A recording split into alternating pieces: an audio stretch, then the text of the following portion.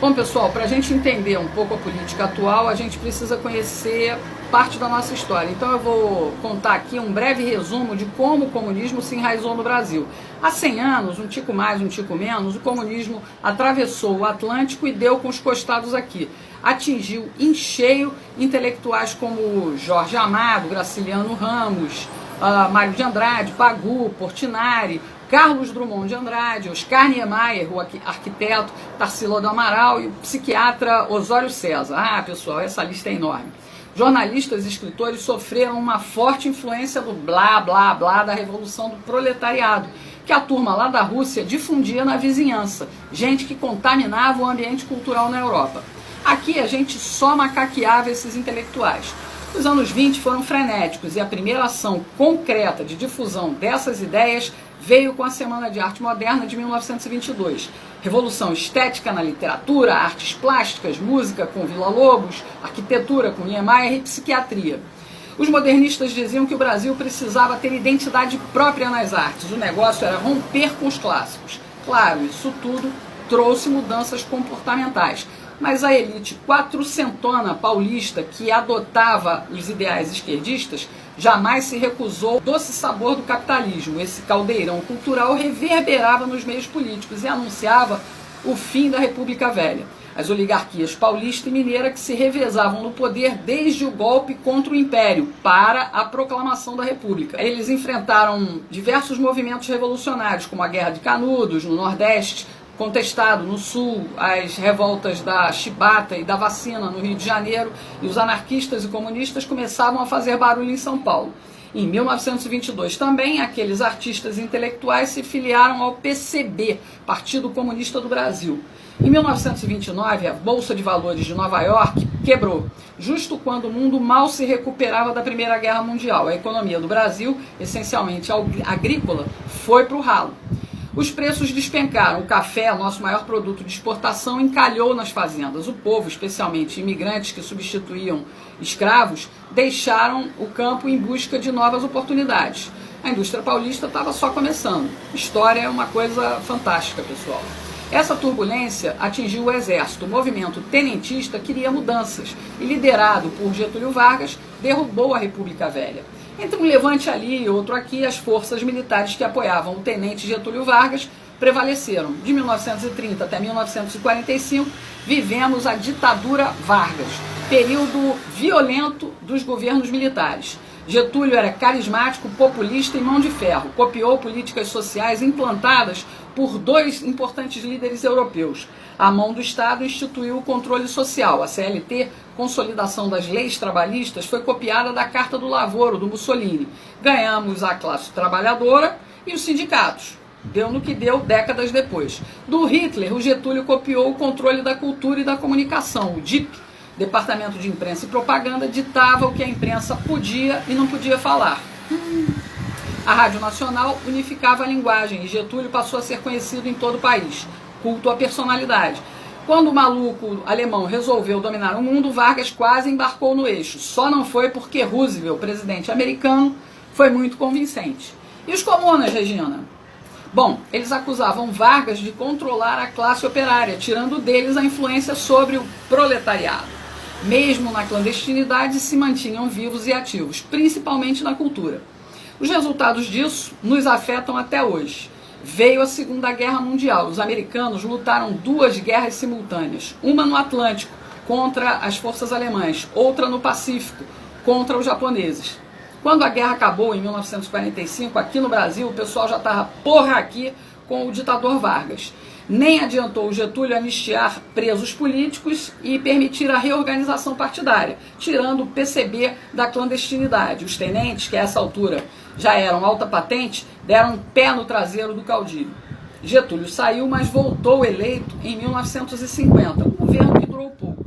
Quanto mais Getúlio ampliava a mão do Estado na economia, mais a economia desandava. A insatisfação entre políticos e forças armadas só aumentava a tensão.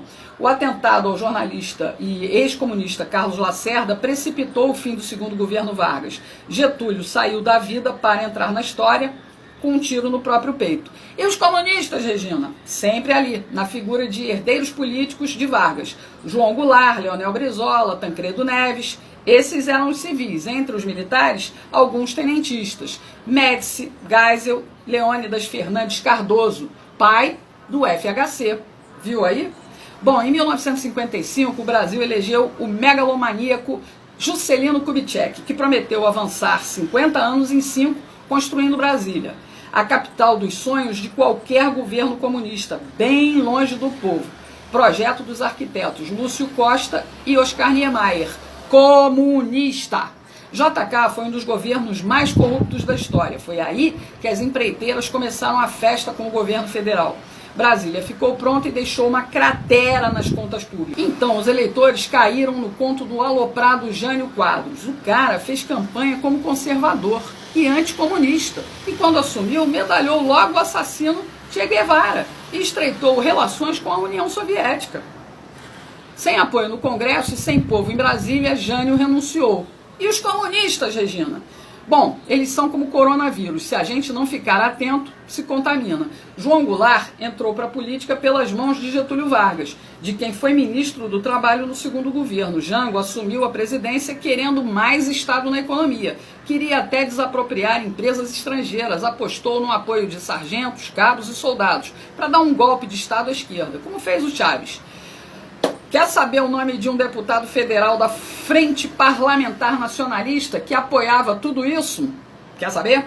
João Agripino Doria Neto. Papai Doria era comunista. Então, apesar de preocupados, os oficiais generais só acompanhavam a parada de longe, até a classe média ir para as ruas e impedir que a gente virasse Cuba. Havia insubordinação nas Forças Armadas e o Marechal Castelo Branco ficou #chateado.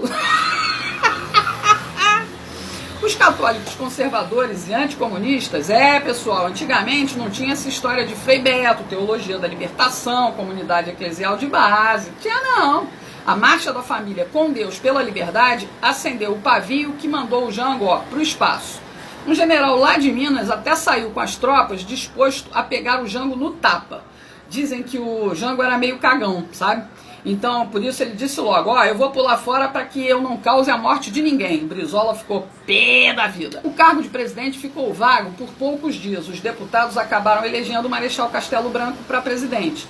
Lembra que o Bolsonaro contou essa história na campanha? Pois é, o Castelo começou a pôr ordem na casa. Imaginava ele que, contornando a crise política, podia restabelecer e consolidar a democracia.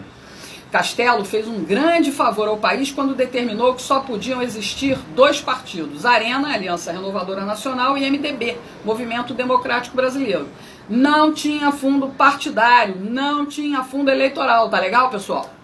Castelo Branco fez reformas econômicas e tributárias, mas os comunistas estavam revoltados e explodiram uma bomba no aeroporto dos Guararapes, em Recife. Eles queriam matar o general Costa e Silva, que Castelo escolheu como sucessor. Castelo era antifascista e, antes de entregar a presidência, fez a Constituição de 1967 e foi bonzinho. Não colocou lá qualquer ato institucional nem dispositivo autoritário. Costa e Silva, ao contrário, tinha um viés mais autoritário e endureceu o governo. Fez isso porque os comunistas estavam tocando terror no Brasil. Queriam derrubar o governo na amarra para transformar isso aqui numa ditadura do proletariado. Os caras eram violentos. Tiro, porrada e bomba, além de sequestros e assaltos. Ainda matavam os próprios companheiros quando desconfiavam de traição. Isso encheu o saco do Costa e Silva, que acabou decretando o AI-5. Ele fechou o Congresso Nacional, cassou mandatos, inclusive o pai do Dória, e reprimiu legal os comunistas. Costa e Silva teve um AVC e não terminou o mandato. Uma junta militar indicou o general Médici para o cargo.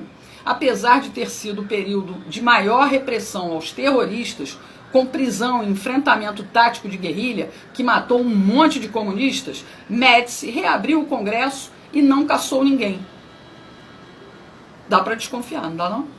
No início da década de 70, o mundo fervia na área cultural. A partir das ruas de Paris, tomadas pelos estudantes em maio de 1968, houve uma revolução social global, uma inversão de valores morais, ruptura política entre conservadores e liberais e econômica entre comunismo e capitalismo. Cortina de ferro dividindo o mundo. O Brasil tinha censura, mas não impedia festivais de música, não impedia a criatividade. Chico, Caetano, Gil e muitos outros ganharam fama e muito dinheiro nessa época. E as universidades já estavam a todo vapor mesmo, pessoal. A maconha já rolava nos campos. Uma abelha me contou que foi uma ideia, uma tática do general Golbery Couto e Silva. Ele achava que deixando os universitários fumando maconha ia afastar eles do terrorismo. E a gente viu no que deu. A droga saiu dos meios acadêmicos e foi disseminada entre as famílias mais pobres nas favelas. A origem da criminalidade forte está aí, ó. Médici queria é que as coisas se acalmassem para a esquerda assumir sem violência. Enquanto isso, a juventude classe média ficava sendo catequizada por professores esquerdistas. Os militares criaram tantas estatais nessa época, pessoal, que fizeram um milagre econômico, que mexeu com o consumo dos brasileiros. Muita gente comprou, então, TV, geladeira, carro e até casa própria, através do BNH, Banco Nacional de Habitação. Minha Casa Minha Vida, pessoal, perto dos imóveis de antigamente, é tudo barraco, da pior espécie, é tapera. O Médici levou fama de carrasco porque a comunistada estava no exílio e não suportava ver o desenvolvimento do país, ainda que fosse sob controle estatal. Os comunas que ficaram aqui peitaram o governo com ataques violentos de guerrilha. Médici pretendia resolver tudo e devolver para os civis, mas comunista é uma raça desgraçada. Médici indicou Geisel, que foi tenentista como ele. Os dois, inclusive, apoiaram a posse do Jango. Esse pessoal Oliva é muito azeitado, não é mesmo? Geisel foi eleito pelo Colégio Eleitoral do Congresso e o alemão foi quem deu início ao processo de abertura política. Ele sabia que a mídia, a cultura e o ensino já estavam esquerdizados, então a transição ia ser fácil. Enfim, Geisel se aproximou da República Popular da China, reconheceu a independência de Angola pelos comunistas, fez acordo nuclear com a Alemanha e até deu fim ao AI-5. Por tudo isso, ele bateu de frente com oficiais linha dura, que não queriam de maneira nenhuma devolver o país nas mãos dos comunistas. Geisel venceu a queda de braço e impôs João Figueiredo como sucessor. Ele sabia que Figueiredo só queria cuidar de cavalo e cumpriria a ordem de fazer a abertura ampla, geral e restrita. Com tudo pronto, foi só os comunistas do exílio voltarem. A esquerda no poder seria facilmente o próximo passo, mas de forma lenta e gradual, para que a gente nem sentisse tanto. Enquanto isso, o maior pelego de todos os tempos estava sendo gestado lá no sindicalismo. Nossa esquerda aprendeu a agir sem tanta pressa. Aturamos o Sarney, pessoal, por 5 longos anos, em troca de uma Constituição social-democrata, nome bonito para esconder a ação nefasta da esquerda comunista. Na cultura, a música brasileira já apresentava os resultados dessa esquerdização, definhando em conteúdo e em qualidade. O ensino foi banalizado e nos transformou em idiotas úteis. A imprensa e a televisão foram nos reeducando. Sem perceber, fomos renegando a família, a pátria e Deus. Tudo em nome de justiça social. Bem devagarinho, para que a gente não sentisse nada e não tivesse forças para reagir. Mensagens progressistas para moldar um novo Brasil. Politicamente correto. Tivemos um soluço com a eleição do Collor, mas o sistema estava dominado e o corrupto egoísta dançou. Surgiram os cara-pintadas manipulados pela minissérie Anos Rebeldes da Rede Globo, lembra? O Plano Real colocou dinheiro no bolso da sociedade e estendeu o tapete vermelho para a social-democracia. Elegemos Fernando Henrique, o sociólogo, filho de um tenentista. Ele abriu o caminho para o analfabeto sindicalista bem adestrado pelo socialismo. Lula instaurou a supremacia da estrela vermelha, onde empresários corruptos alimentavam políticos corruptos. Políticas populistas fecharam os olhos do proletariado. O governo finalmente dita regras sociais sem qualquer contestação. De novo, a política personalista em ação. Hoje, na música popular, Marcelo D2, Anitta, Ludmilla estimulam o consumo de drogas. A ideologia de gênero é cantada em prosa e verso pelo desafinado Pablo Vittar. lixo cultural. A gente engole isso toda hora. Começamos a dar sinais de reação quando votamos em Jair Bolsonaro para a presidência da República. Mas o estrago da ideologização política, pessoal, continua atrapalhando. E não permitiu o serviço de limpeza completo. Continuamos errando nas urnas, mantivemos um monte de comunistas, socialistas, progressistas e liberais, tudo junto e misturado lá no Congresso. Gleisi Hoffmann, Maria do Rosário, Paulo Pimenta, Ranolfo Rodrigues, o cuequeiro José Guimarães, Cid Gomes, Marcelo Freixo, Tabata Amaral, o namorado da Fátima Bernardes, o João Campos, filho do Eduardo Campos, o Kim Kataguiri do MBL, a tal da Talíria Petroni e muitos outros, muitos outros.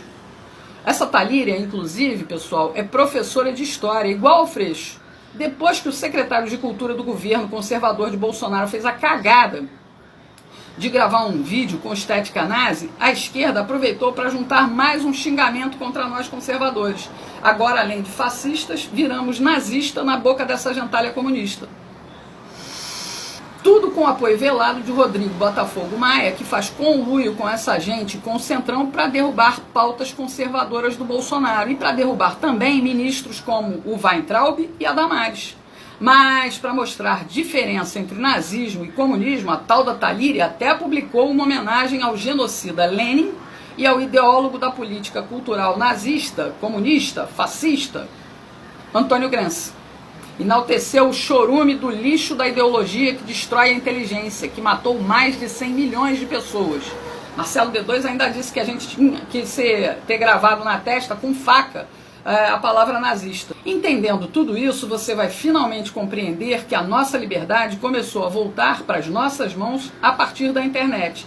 Abrimos a porta de fuga da ditadura da mídia jornalística e cultural. Ganhamos voz e ecoamos nossos pensamentos e valores cristãos, conservadores, aqui, pela internet. Entendeu por que o sistema odeia tanto tudo isso? Bolsonaro entrou para desviar a rota que nos levava para o comunismo, mas os comunas de capitalismo não se dão por satisfeitos, não dão trégua. Veja o caso do governador de São Paulo, João Dória. Ele é empresário de lobby. Isso mesmo, lobby. Esperto como ele só, criou o LIDE, Grupo de Líderes Empresariais. Ele viveu sempre, a vida toda, de promover encontros entre industriais, empreiteiros e banqueiros com o poder público, os políticos.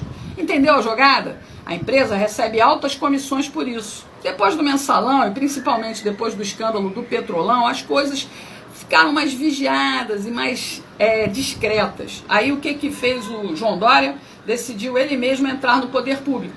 Primeiro, com seu jeito engomadinho, milionário ostentação, engambelou os paulistas, que acreditaram que ele seria o prefeito ideal para governar São Paulo.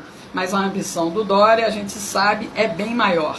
Em 15 meses ele deixou São Paulo para trás nas mãos do progressista Bruno Covas e partiu com tudo para a candidatura a presidente. Mas o PSDB de Geraldo Alckmin disse não e ele, a contragosto, acabou brigando pelo governo do estado de São Paulo. Dória mostrou logo na entrada todo o seu viés esquerdista totalitário e patrimonialista, que não vê diferença entre o que é público e o que é privado. Olha o que ele fez no Palácio do Governo. Pegou uma decoradora e mudou toda a estética clássica do Palácio Bandeirantes. As mudanças físicas custaram mais de R$1,5 milhão para deixar tudo bem parecido com palácios de estilo autoritário, como a estética nazista, fascista, comunista. Basta comparar essas fotos disponíveis na internet. Mas Dória e Alckmin, Alckmin e Dória são iguais, representam o mesmo tipo de política nefasta, só que Dória vai numa velocidade destrutiva muito mais rápida. Tudo pela fixação, pelo poder da presidência da República, é lá que ele quer estar. Tanto que loteou o governo de São Paulo para fazer uma grande base e vai continuar costurando alianças, seja com quem for, com Botafogo Maia, com Amoedo ou Luciano Huck. Dória não tem limites, pessoal. Rodrigo Maia também não, viu, pessoal? Ele flerta até com Ciro Gomes. Tudo porque ele quer chegar na vice-presidência. Eles só querem uma coisa: poder. E isso bota a mão deles no cofre do governo federal. Qualquer um desses aí só tem um interesse: voltar ao tempo do mensalão, quando deputados e senadores fingiam independência política do PT, mas negociavam seus votos por cargos e dinheiro. Eles querem tudo como antes da Operação Lava Jato. Os acordos estão sendo fechados. E para alcançar os seus objetivos, Dória se elegeu enganando novamente o eleitorado paulista. Discursinho anticomunista e conservador, apoiado no Bolsonaro. Como o povo não perdoa traidores, ele vem, perdendo popularidade. E agora está usando mais dinheiro público para tentar ocupar o Palácio do Planalto. Pegou 20 milhões de reais para modernizar as rádios de São Paulo. Isso mesmo, dinheiro do povo. Deu para as empresas privadas, como a Jovem Pan. E qual é a moeda de troca? Elogios para o Dória e porrada todo dia em Bolsonaro. Tá ok, Chilique? Não acabou não, pessoal. Ele sabe que a nossa independência da mídia tradicional continua acentuada na internet. E olha o que ele fez agora. Olha o que ele fez. Olha o que ele fez. Pegou mais 15 milhões do dinheiro público para contratar uma empresa de vigilância da internet. Dória quer saber o que falam dele 24 horas por dia, 7 dias por semana, e quer fichar os seus detratores, saber quem age contra o seu projeto de poder rumo a Brasília. Quer tirar a gente do caminho dele.